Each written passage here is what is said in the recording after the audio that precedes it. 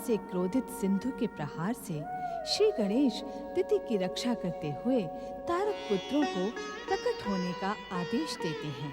सिंधु की वरदानी शक्ति के सामने तारक पुत्र असफल होते हैं। उधर कैलाश में गौरी पुत्र के न लौटने से मयूरेश्वर चिंतित थे। अब तक तो गौरी पुत्र को लौट आना चाहिए। उन्होंने तो मुझे कहा था कि वे शीघ्र लौट कर आएंगे। ये परमदेव की कैसी लीला है कि उनके अवतार कभी साथ साथ नहीं रहते।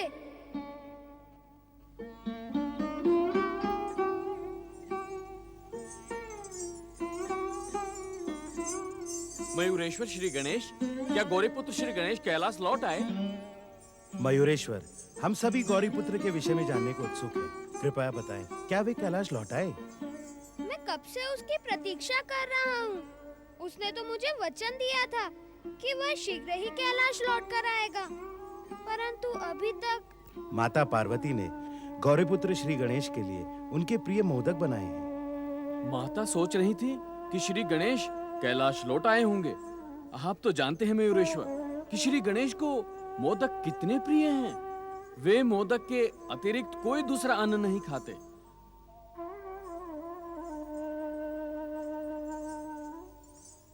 आप इस प्रकार क्यों बैठ गए मयूरेश्वर? क्या हुआ? कुछ नहीं, कुछ हुआ होता तो तुम दोनों को दिखाई ना पड़ता क्या? परंतु आप एकाएक उदास क्यों हो गए? क्या सोच रहे हैं आप मयूरेश्वर? यही कि मैं व्यर्थ ही गौरीपुत्र के कहने पर कैलाश चला आया। यहाँ किसी को मेरी आवश्यकता नहीं है। ये आप क्या कह रहे हैं? सत्य ही तो कह रहा हूँ मैं। माता पार्वती अभी भी मुझे पराया समझती हैं। नहीं मयूरेश्वर, ये बात सत्य नहीं है। सत्य क्यों नहीं है भृंगी? माता पार्वती ने गौरीपुत्र के लिए मोदक बनाए और उन्हें बुला लाने के लिए तुम दोनों को भेजा, परंतु मेरा स्मरण तक नहीं किया। अब मैं यहाँ रहकर क्या करूँगा? मुझे यहाँ से चले ही जाना चाहिए। संभवतः यही परम देव श्री महागणेश की इच्छा है। नहीं नहीं मयूरेश्वर, आप ऐसा अनर्थ ना करें। आपके जाने से हम सब दुखी हो जाएंगे मयूरेश्वर। हमारी प्रार्थना पर कृपा करें मयूरेश्वर। आप पहले की बात ही अदृश्य न हो जाना मयूरेश्वर। मैं जानता हूँ माता पार्वती के मन में मेरे प्रति उतना प्रेम नहीं है जितना तुम दोनों के मन में है। उन्होंने गौरीपुत्र को बुलाने भेजा और मेरा नाम तक नहीं लिया। मैं तो कैलाश में हूँ, फिर भी माता मुझे भूल गई। भूल माता से नहीं, भूल हम लोगों से हुई है। माता ने तो आप दोनों को बुलाने के लिए हम दोनों को यहाँ भेजा था। हाँ मयूरेश्वर, माता ने तो दोनों के लिए कहा था। मेरा मन रखने के लिए तुम दोनों झूठ बोल रहे हो ना? परंतु जीवन के कठिन से कठिन अवसर पर भी सत्य का साथ नहीं छोड़ना चाहिए। परंतु मयूरेश्वर, कुछ भी कहने की आवश्यकता नहीं है। जब तुम दोनों ने आते ही कहा कि माता ने गौरी पुत्र श्री गणेश के लिए मोदक बनाए हैं, मैं सब समझ गया था। मेरे जीवन में माता का प्रेम नहीं है। हमें क्षमा कर दें मयूरेश्वर, परंतु इस बात का विश्वास करें कि माता के मन में आप दोनों के लिए समान प्रेम है। अभी भी विश्वास करना शेष बचा है क्या? नंदी, भृंगी, मैं मोदक का भूखा नहीं हूँ। मुझे तो प्रेम की आवश्यकता है, माता के प्रेम की, परंतु वह मेरे भाग्य में नहीं है। इतने निराश ना हो मयूरेश्वर। आपकी निराशा के विषय में जानकर माता कितनी अधिक दुखी होंगी। मुझे आपकी निराशा से भय लग रहा है। आप फिर से कहीं अदृश्य होने की तो नहीं सोच रहे हैं? आप मेरे मस्तक पर हाथ रखकर यह शपथ लें कि आप मुझे निराश करके अदृश्य तो नहीं हो जाएंगे। देख रहे हो भृंगी, मेरे मस्तक पर हाथ रखकर ये मेरी शपथ के विषय में कुछ भी नहीं कह रहे। मुझे तो भय है कि ये कहीं दुखी होकर अदृश्य ना हो जाएं। अब तुम दोनों मुझे कुछ समय के लिए अकेला छोड़ दो। नहीं नहीं, हम आपको अकेला नहीं छोड़ सकते। हमें बिना बताए आप फिर से अदृश्य हो जाएंगे। हमें इस प्रकार छोड़कर जाने की न सोचे मयूरेश्वर। भृंगी, तुम इनके चरण पकड़ लो। ये तुम्हें दुखी करके कभी अदृश्य नहीं होंगे। तुम्हें मेरी शपथ है कि एक क्षण के लिए भी इनके चरणों को नहीं छोड़ना।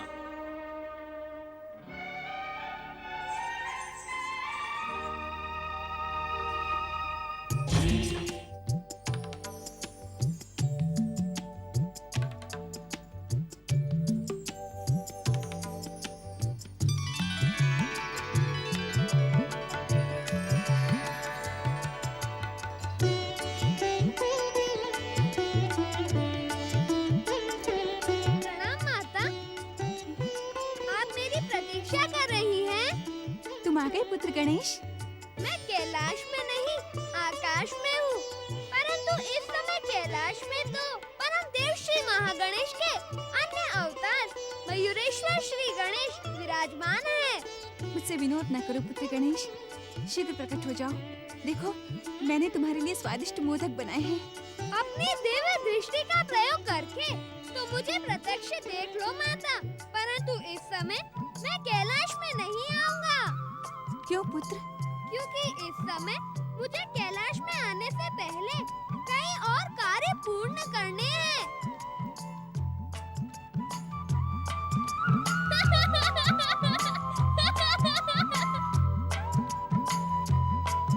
ऐसे कौन से कार्य संपन्न करने हैं तुमको, जिनके विषय में मैं नहीं जानती?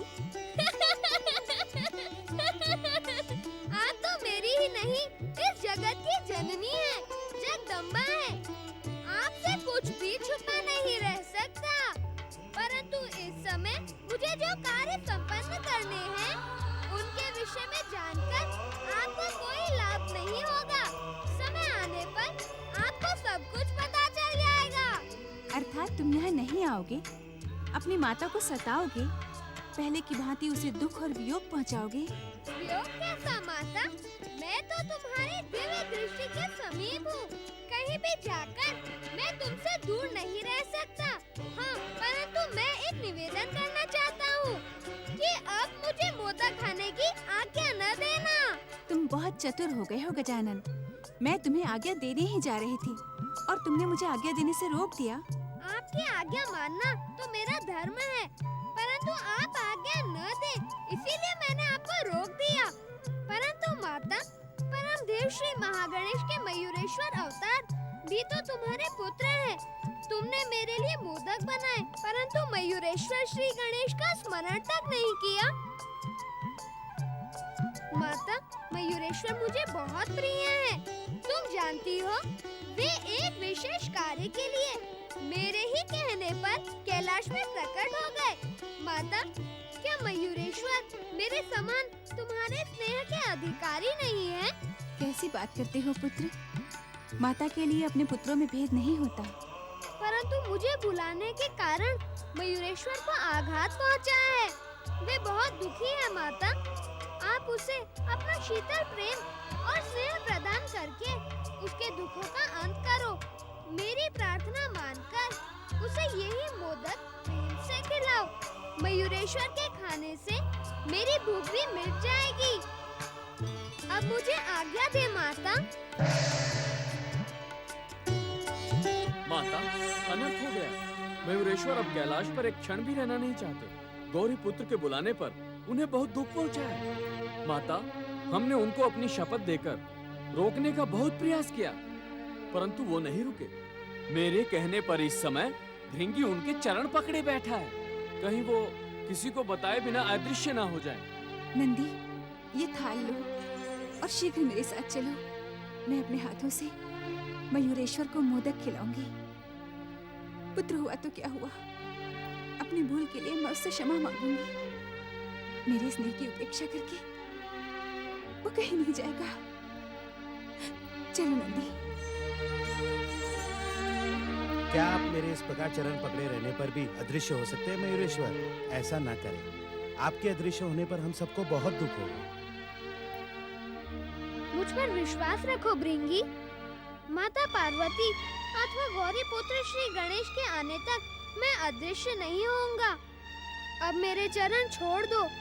नहीं नहीं, मुझे चरण छोड़ने की आज्ञा न दें। शिव गणों के प्रमुख नंदी महाराज ने मुझे शपथ दी है और मुझे उनकी शपथ का आदर तो करना ही होगा।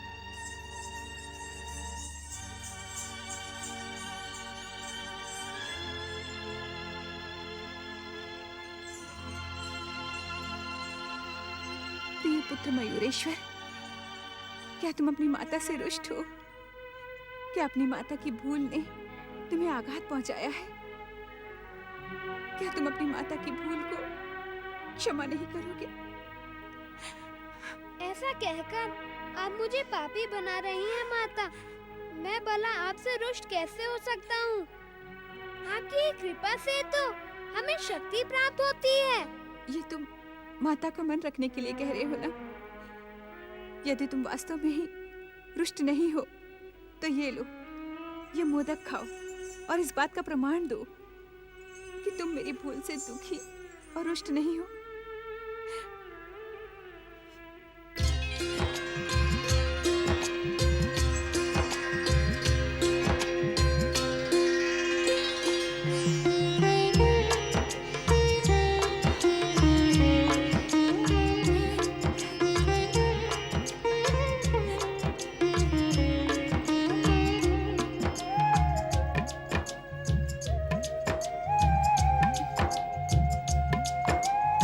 माता पार्वती और मयूरेश्वर श्री गणेश की जय।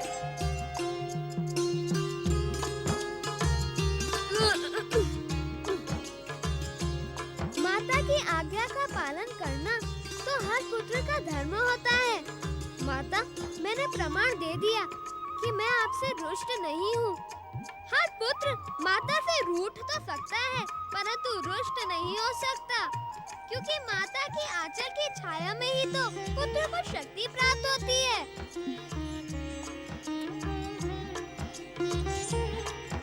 पुत्र मयूरेश्वर, यदि मुझसे अनजाने में कोई भूल हो जाए तो मुझसे रुष्ट होकर पहले की भांति अदृश्य न हो जाना। माता पार्वती मयूरेश्वर श्री गणेश की जय। माता पार्वती मयूरेश्वर श्री गणेश की जय।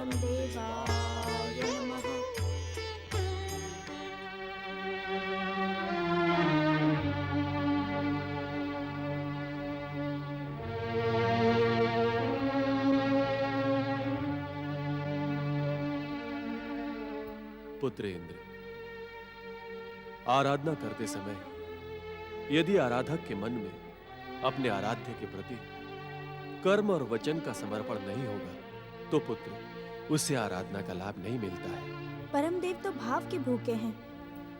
स्वयं को उनके चरणों में समर्पित करके तुम उनसे वो सब कुछ पा सकते हो जिसकी तुम कामना कर रहे हो। वो अपने भक्तों को कभी निराश नहीं करते। प्रणाम पिताश्री। प्रणाम माताश्री। भैया सूर्यदेव, आप ही के कारण मुझे यह भयानक कष्ट भुगतना पड़ रहा है। आपने भाई जैसा नहीं, शत्रु जैसा कार्य किया है। आप तो स्वयं देवता हैं, परंतु सिंधु दैत्य को वरदान देकर आपने देवत्व को कलंकित कर दिया है।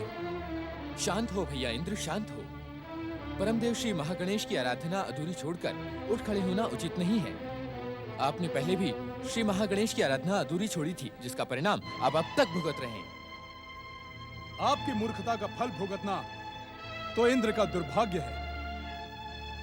आपने सिंधु को अनजाने में अमृत कुंभ प्रदान करके उसे सदा सदा के लिए अमर कर दिया है। अब उससे स्वर्ग का सिंहासन कदापि नहीं मिल सकता। ऐसे में श्री महागणेश की आराधना करने से मुझे क्या मिलेगा? शांत हो जाओ पुत्र, शांत हो जाओ। आराधना करते समय आराधक को अपने आराध्य के प्रति भक्ति दिखानी चाहिए, उनकी भक्ति में लीन रहना चाहिए। क्रोध से मन भ्रमित हो जाता है पुत्र। परम दयालु परम देव श्री महागणेश असंभव को भी संभव बना देते हैं। ये संसार उनकी लीला मात्र है। उन पर पूर्ण विश्वास रखो पुत्र, वे अवश्य तुम्हारा कल्याण करेंगे। मेरा कल्याण है।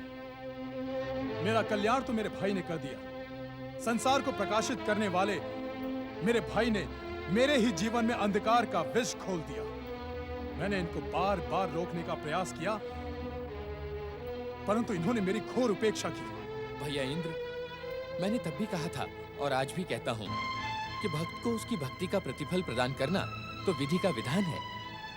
जिस विधान की आप दुहाई दे रहे हैं, वही विधान आपसे आपका तेज और लोग मांगे तो आप देंगे?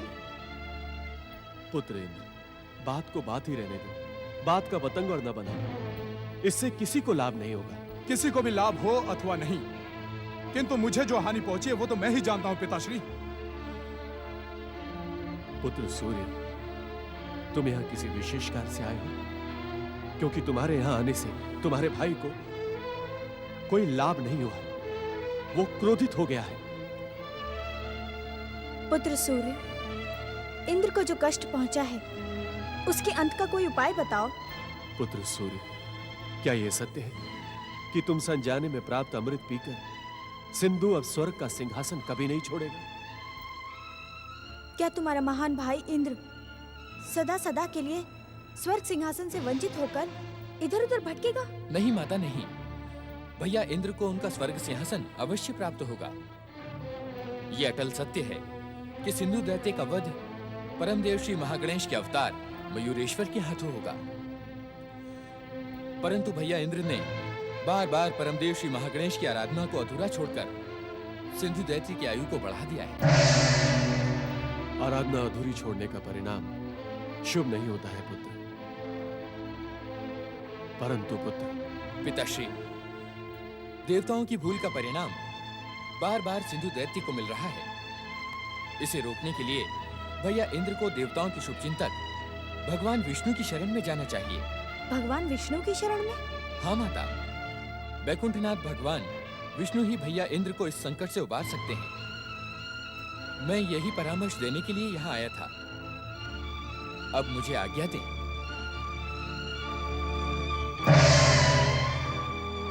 नारायण नारायण नारायण नारायण। सूर्य देव ने देवराज इंद्र को भगवान विष्णु के पास जाने का परामर्श तो दे दिया, किंतु क्या श्री हरि विष्णु देवराज इंद्र की सहायता करेंगे? क्या अमर वरदानी सिंधु को भगवान विष्णु की सहायता से देवराज इंद्र पराजित कर पाएंगे? देवर्षि नारद, नारायण नारायण। प्रणाम मंगल मूर्ति। सत्य कहे देवर्षि, ये प्रश्न आप स्वयं से पूछ रहे थे अथवा परम देव श्री महागणेश से?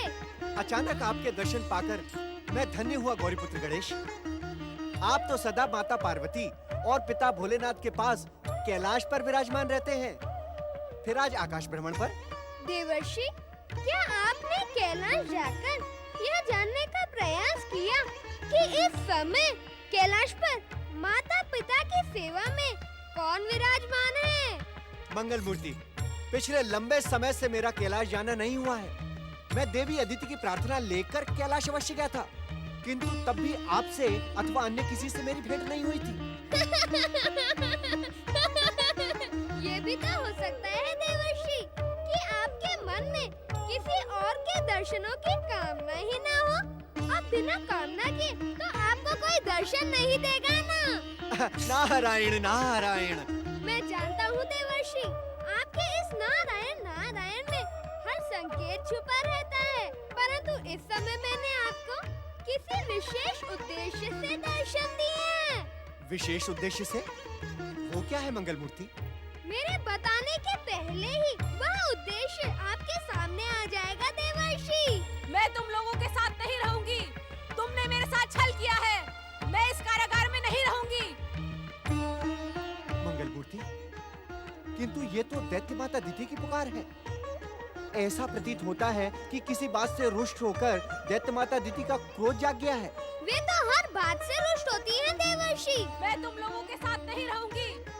किंतु ये स्वर तो तारकासुर के पुत्र तारकाक्ष की स्वर्णपुरी से आ रहा है। क्या दैत्य माता दिति स्वर्णपुरी पहुंच गई?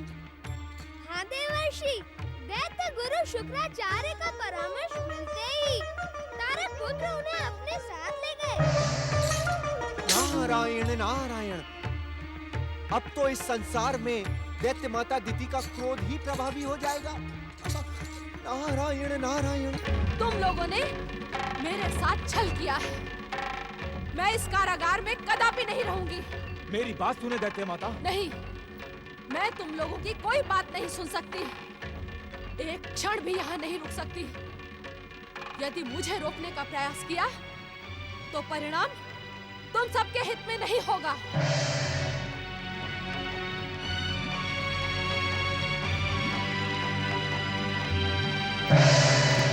पितामही, ब्रह्मा जी के वरदान से प्राप्त इस स्वर्णपुरी को कारगर बताकर आपने हमारा ही नहीं ब्रह्मा जी का भी अपमान किया है। मुझे किसी के अपमान की चिंता नहीं है। मुझे चिंता है तो केवल अपने सम्मान की। तुम सब दुष्ट देवताओं से षड्यंत्र करके मेरे विरुद्ध योजनाएं बनाते हो। ये दुष्टा शांभुकी मुझे अपमानित करने के लिए स्वर्णपुरी ले आई है, किंतु मैं अपना अपमान नहीं सह सकती। जब अपने पति और पिता का अपमान नहीं सहा, तो इस दुष्टा का क्या सहूंगी? क्रोध में आप ये भी भूल जाती है कि आपके शुभचिंतक कौन है, कौन आपके जीवन की रक्षा कर सकता है। हमने आपके ऊपर जो उपकार किया, उसका ऋण मानने के स्थान पर आप हमें ही अपमानित कर रही हैं। तू अपमान के ही योग्य है दुष्टा। मेरे बेसुध होने का लाभ उठाकर तू मुझे इस कारागार में ले आई है, परंतु मैं भी दैत्य माता दिति हूँ, जिसका प्रतिशोध और प्रतिरोध कभी थमने का नाम नहीं लेता। मुझ पर उपकार करने की भूल ना कर दुष्टा। सावधान दैत्य माता, अपने क्रोध पर अंकुश लगाएं, अन्यथा मेरा क्रोध भी जागृत हो जाएगा। तेरे क्रोध के जागृत होने से एक दिन के पर भी प्रभाव नहीं पड़ेगा, परंतु मेरे क्रोध से इस संसार में भूकंप आ जाएगा। चारों ओर रक्त की हाहाकार करती हुई नदियां बहेंगी। शांत हो दैत्य माता, शांत हो। इस व्यर्थ के वाद विवाद से कोई लाभ नहीं। आप अपना क्रोध भुलाकर हमारे साथ स्वयंपुरी में निवास करें। नहीं, मैं वहाँ कदापि नहीं रहूंगी। दैत्य माता, हमारे त्रिपुरों में आपका जीवन सुरक्षित है। हाँ दैत्य माता, सिंधु दैत्य इस अवसर की घात में है कि वो आपसे प्रतिशोध कब ले। पितामही, आप हमारे त्रिपुरों को छोड़कर ना जाएं।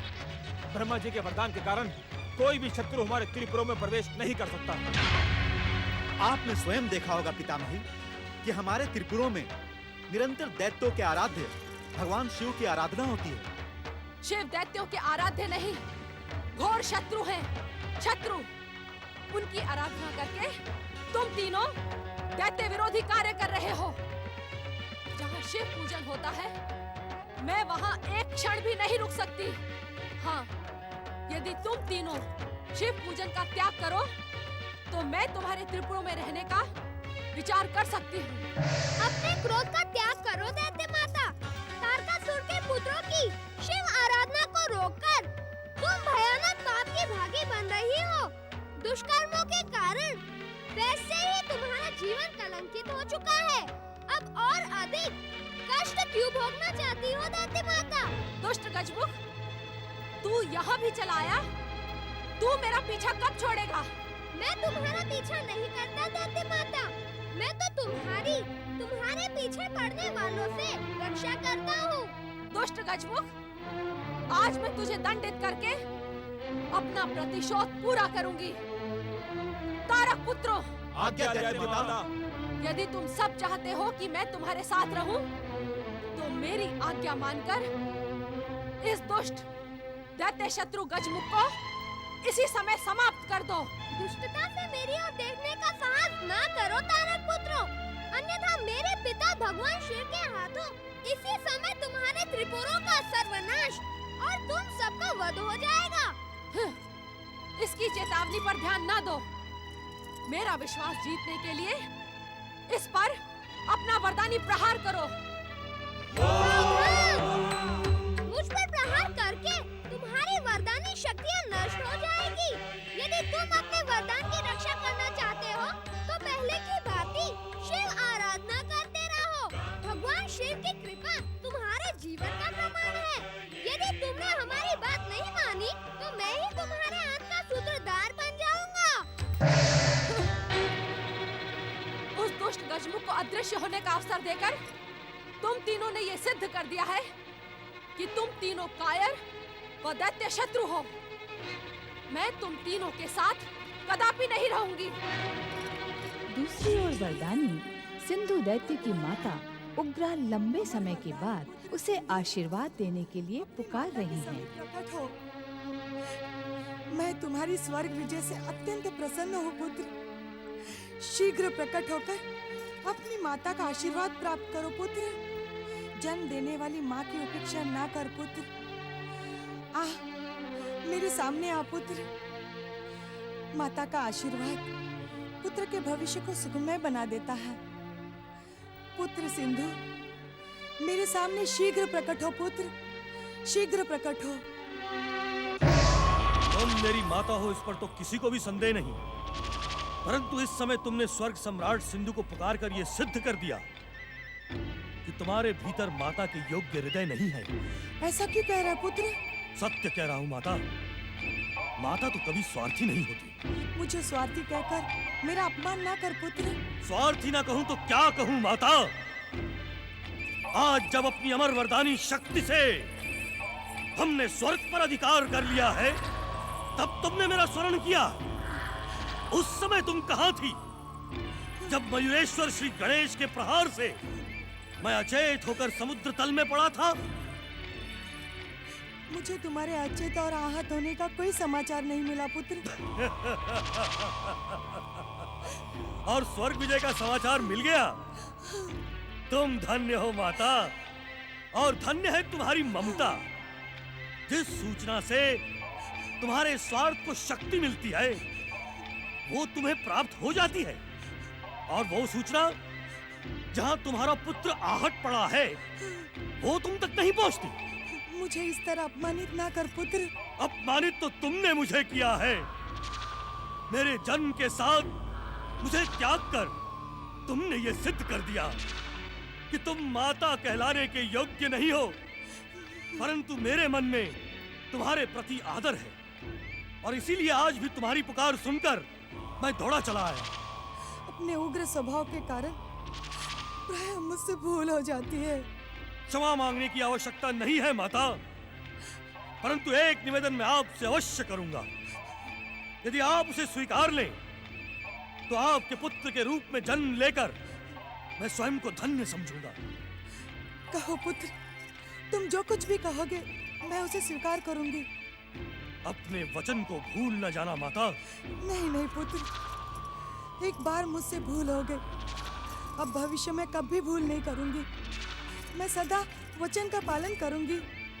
तो आज के पश्चात किसी से भी मत कहना कि मैं तुम्हारा पुत्र हूँ और तुम मेरी माता हो। ये तुम क्या कह रहे हो? सत्य कह रहा हूँ माता। इस संसार में सबसे आदरणीय पद माता का है, परंतु तुमने मेरा त्याग करके माता के शब्द को कलंकित कर दिया है। ऐसा कठोर दंड ना दे पुत्र। ये दंड नहीं है माता, माता के पावन पद की रक्षा का प्रयास है। मैं नहीं चाहता कि तुम्हारे कारण इस संसार में माता का नाम लांछित हो। मैं तुमसे स्नेह करता हूँ और इसीलिए ऐसी प्रार्थना करता हूँ, अपने वचन का स्मरण रखना, और आज के बाद मुझे अपना पुत्र कभी न कहना। सिंधु, तूने उचित ही किया पुत्र। इस संसार में माता कभी कुमाता नहीं होती है, परंतु जन्म से ही तेरा त्याग करके मैं कुमाता बन गई। जिस प्रकार शेरनी अपने पेट से जन्मे बच्चे को ही खा जाती है, उसी प्रकार मेरे उग्र स्वभाव ने तेरा त्याग कर दिया। मुझे माता बनने का अधिकार ही नहीं है। मुझे लांछित करके अच्छा ही किया पुत्र, परंतु कलंक का ये काला मुख अब मैं इस संसार में किसी को नहीं दिखाऊंगी। मुझसे जो पाप हुआ है, मुझे उसका प्रायश्चित करना ही होगा पुत्र। मुझे उसका प्रायश्चित करना ही होगा। सिंधु, सिंधु, सिंधु।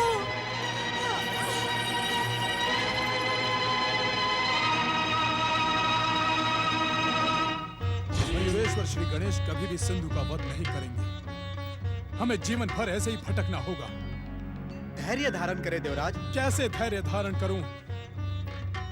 मैं जानता हूं कि शिव दैत्यों के आराध्य हैं। वे अपने पुत्र मयूरेश्वर को कभी भी उनके विरुद्ध जाने की आज्ञा नहीं देंगे।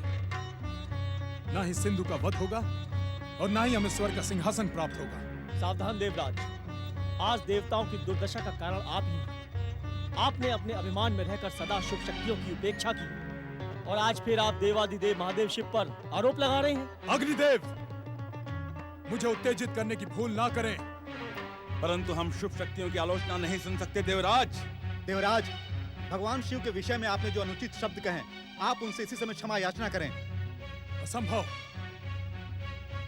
इंद्र ने जो कुछ भी कहा वो सत्य का प्रमाण है। शिव तो दैत्यों के आराध्य हैं, वही देवताओं के विरुद्ध पक्षपात कर रहे हैं।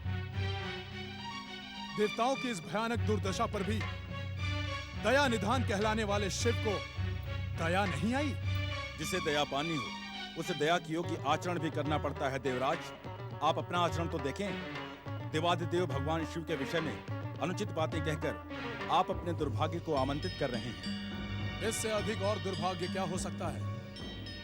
आज स्वर्गाधिपति देवराज इंद्र शरण पाने के लिए इधर उधर घूम रहे हैं। मेरी इस घोर दुर्दशा और अपमान का कारण संसार की सभी शुभ शक्तियां हैं। मैं उन्हें बार बार प्रताड़ित करूंगा। देवराज, आप अपनी मर्यादा को लांघने की भूल कर रहे हैं। तुम मुझे मर्यादा का पाठ पढ़ाओगे अग्नि? क्या तुम नहीं जानते कि इंद्र का कथन ही मर्यादा की रेखा बनती है। देवराज इंद्र के सामने उच्च स्वर में बोलकर तुम अवश्य मर्यादा को लांघ चुके हो और इसका दंड तुम्हें अवश्य मिलेगा। नारायण नारायण। देवराज इंद्र, आप अपनी मूर्खता पर अंकुश रखें। जब संसार की सभी शुभ शक्तियां सिंधु के विरुद्ध सक्रिय हो रही हैं, ऐसे में आप अपनी मूर्खता से उसकी आयु और अधिक बढ़ा रहे हैं। मुझे किसी शुभ शक्ति पर विश्वास नहीं। सब मुझे अपमानित करना चाहती हैं। मैं जानता हूं देवऋषि कि सूर्य से अमृत पाकर सिंधु सदा सदा के लिए अमर हो गया है। अब उसे मयूरेश्वर तो क्या स्वयं महागणेश भी मार नहीं सकते। गंग गंग गंग गंग गंग। देवराज, आपने किसी पर विश्वास करना तो सीखा ही नहीं। इस समय तो आपको सूर्य देव के परामर्श के अनुसार भगवान विष्णु के समीप होना चाहिए था। श्री हरि के पास जाने का परामर्श देकर वो मुझे भ्रमित कर रहा है। वो मुझे भटकाकर अपने वरदान की रक्षा कर रहा है। वो जानता है कि निरंतर भटकते रहने के कारण क्रोधित होकर जब मैं श्री हरि के पास जाऊंगा तो वे भी मुझसे रुष्ट हो जाएंगे। वो सूर्य निरंतर मेरे विरुद्ध षड्यंत्र कर रहा है। नारायण नारायण। देवराज इंद्र, आपके विरुद्ध षड्यंत्र सूर्यदेव नहीं, आपका अभिमान और आपके दुष्कर्म कर रहे हैं। आप सच्चे हृदय से जिस किसी के भी पास जाएंगे, आपको उसकी कृपा का प्रसाद अवश्य प्राप्त होगा। अब मुझे किसी पर आस्था नहीं रही, किसी पर विश्वास नहीं रहा। तब तो आपकी सहायता कोई भी नहीं कर सकता देवराज। आपने अपने मिथ्या वचनों के कारण दिव्य लोकों में जाने की शक्ति खो दी है। अब आप वैकुंठ लोक, कैलाश अथवा ब्रह्मलोक में प्रवेश नहीं कर सकते। ये आप क्या कह रहे हैं देवऋषि? नारायण नारायण। देवराज इंद्र, मैं सत्य कह रहा हूँ। यदि शुभ शक्तियों की उपेक्षा के पश्चात भी आपके भीतर दिव्य लोकों में जाने की शक्ति बची रही, तो इस संसार में शुभ शक्तियों की उपेक्षा की परंपरा जन्म ले लेगी। आपको अपने दुस्साहस का इतना दंड तो अवश्य मिलना चाहिए। नारायण नारायण।